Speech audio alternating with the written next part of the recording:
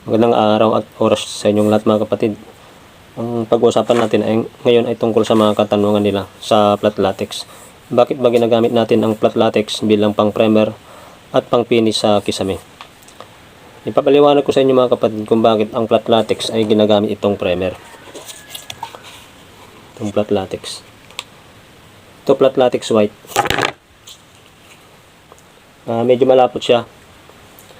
Papakita ko sa inyo. Pero pag ginamit nyo ito ay haluin nyo mabuti. Kasi ang flat latex ay malapot ito. Ginagamit ito bilang primer. Hindi lang pang primer, pang finish din ito sa kisame. Pag nag-finish kayo ng kisame, halimbawa Hardiplex, ay 3 coating. Pagkatapos nyo ng may preparation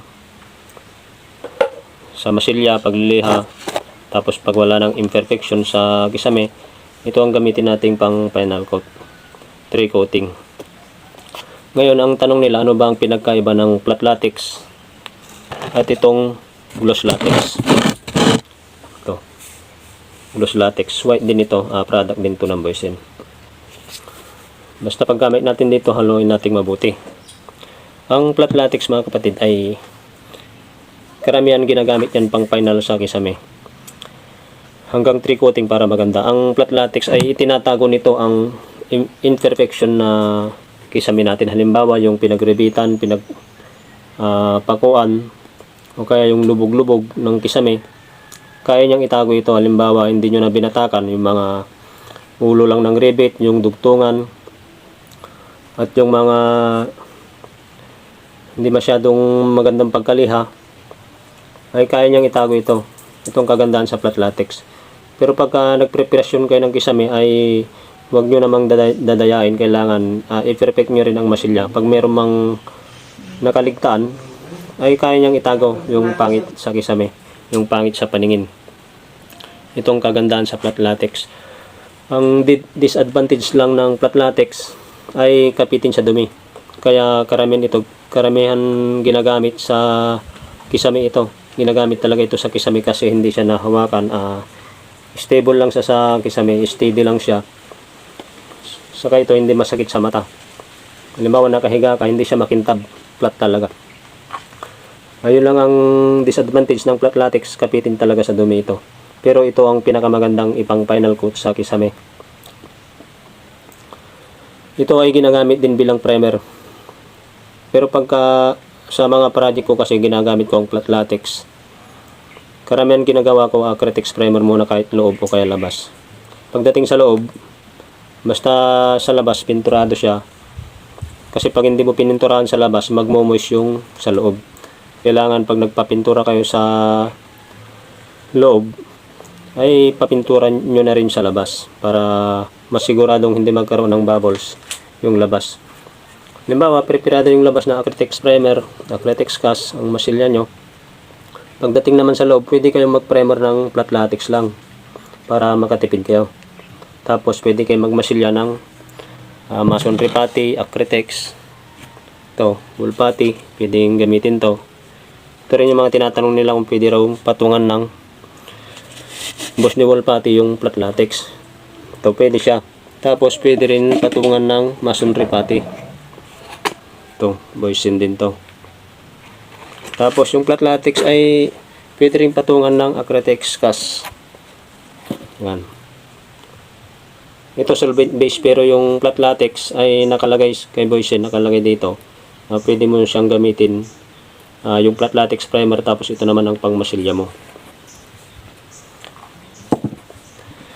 Ngayon naman, tatalakayan naman natin ngayon tungkol sa, kasi ang pinag-uusapan natin ngayon ay tungkol sa flat latex at gloss latex. Ang pinagkaiba nila. Ito water based din ito, gloss latex. Pwede ring semi-gloss latex. Ang kagandahan ng gloss latex ay hindi siya kapitin ng dumi. Pwede mo siyang linisan. Ito ay karamihan ginagamit ito sa mga wool. Ganito. Halimbawa, na flat latex mo na, masilya, flat latex mo ulit. Tapos ito na yung pang top coat mo. Kasi hindi ka pwedeng mag-top coat na itong top coat na ito yung pang final, yung pang last. Hindi mo pwedeng itong pang final kung wala ito, flat latex. Meron at meron ito. O liwanagin ko mabuti mga kapatid sa mga nagtatanong. Flat latex as a primer. Tapos nasilyan natin ng Bosnibol pati sa loob. Pwede ring itong masonry pati. Yan, pwede rin masonry pati. Pwede ring Acrytex cast. Ganyan katibay ang flat latex. Ngayon, pagka okay na, liha, bago mo gamitin itong semi-gloss latex or kaya gloss latex sa wall mo o kaya sa kisame, mag-primer ka ulit ng flat latex sa wall. Tapos kahit isang mano o kaya dalawang mano, mas maganda pag dalawang mano. Pwede rin isang mano basta wala kang nakaligtaan na masilya. Dapat na-flat mo lahat yan, i-close mo ng flat latex yung wall mo. Ito yung wall. Kahit isang mano o kaya dalawa. Tapos itong gloss latex o semi-gloss latex, mas maganda kung tatlong mano, tatlong pasada. Pagka marunong ka kasi sa pagpipintura, halimbawa yung kulay mo ay light blue, itong flat latex pwede mong kulayan ng light blue. Ihawig mo dito sa kulay ng gloss latex. Kahit isang mano lang na flat latex at dalawang mano na gloss latex o kaya semi-gloss latex, pwede na siya, hindi mo makikita yung imperfection niya, yung mga, kasi pagka manipis ang flat latex mo bago ka mag-final, nagkakaroon siya ng shadow. Medyo aninag mo yung mga pangit na masilya, ganun o kaya hindi pantay yung pagka-roller. Kaya pag nag-roller kayo ay talagang ipulido nyo na yung pagka-roller nya, walang palya-palyado. Halimbawa kung ganyan lang kahaba ni roller nyo o kaya diretsuhan yung pag-roller nyo, dapat kargado ng pintura. Tapos ipagulong nyo mabuti yung roller na malaki o kaya yung baby roller. Kadalasan nakikita ko kasi palya-palyado sa pagro-roller. Pag nagsawsaw kayo sa roller pan, kailangan lahat malagyan yung roller nyo ng pintura bago nyo ipahid. Mag-umpisa kayo sa taas, ay sa gitna, mag-umpisa kayo sa gitna pababa, tapos pataas. Patagin nyo lang na ganyan. Ang kagandahan ng gloss latex ay pag nadumihan, pwede mong punasan. Hindi gaya ng flat latex na pag hinawakan mo yan ay talagang kapit na yung dumi. Kaya huwag kayong magpa-final coat ng flat latex sa wall. Maliban lang kung gusto niyo naman, halimbawa flat latex, pwede nyong lagyan ng acrylic emulsion yung flat latex. Ito talaga ay clear ito, parang tubig lang siya.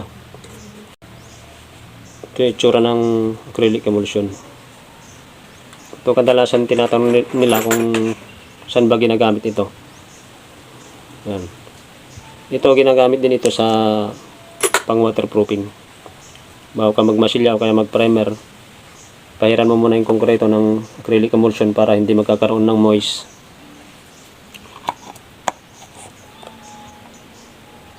Tuloy natin ang tungkol sa gloss latex.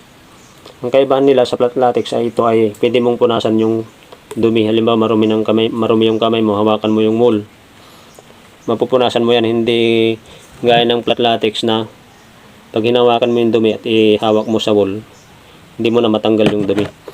Kaya karamihan yung flat latex ay ginagamit niyan sa kisame.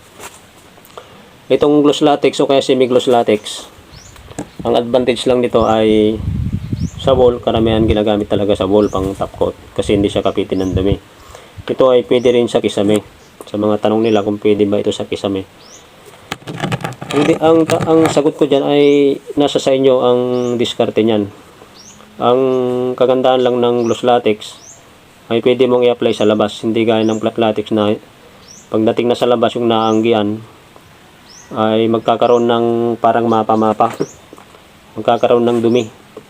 Ito pang kahit ilang taon pagka yung kisame mo ay marumi na, maalikabok, pwede mo siyang punasan. Hindi gaya ng flat latex na pag pinunasan mo ay lalo lang kakapit yung dumi.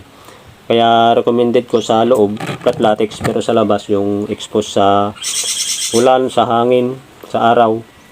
Yung flat latex ay pang interior lang yan pag gusto nyong gamitin. Pero flat latex, karamihan ginagamit talaga namin yan sa kisame. kasi hindi mo makita yung imperfection o kaya pangit sa paningin. Saka maaliwalas sa mata para kang nasa ulap. Unlike sa gloss latex, pag ginamit mo ito sa kisame, pag merong konting depekto yung kisame, halimbawa yung dugtungan, yung pinagrebitan na minasilyahan, ay magkakaroon siya ng reflection. Halimbawa yung kisame mo, pinailaw mo, makikita mo yung mga imperfection. Ito lang disadvantage ng gloss latex o kaya semi-gloss latex. Pag pinailaw mo yung kisame, meron kang makikitang depekto. Yung mga dugtungan, pinagmasilyahan, yung mga hindi ganong naliha, makikita yun. Unlike sa flat latex, hindi mo talaga makikita. Pero ang recommended ko talaga sa inyo pagka sa loob, itong gamitin nyo sa kisame. Sana ay nakapagbigay ako ng konting tips sa inyo mga kapatid. Alam ko na sa mga baguhan o kaya yung mga gustong matuto, ito ang lagi nilang tinatanong. Dalawa lang ito. Pwedeng primer, top coat sa kisame. Pwedeng primer sa wall, pwedeng primer sa kisame. Pagka hardiplex, pwede mong i-direct ito. Yun ang mga tinatanong nila kung pwede mong i-direct sa hardiplex. Pero bago kayo mag-direct sa kisame, kailangan ma-primer nyo muna yung mga ulo ng rivet para hindi kalawangin.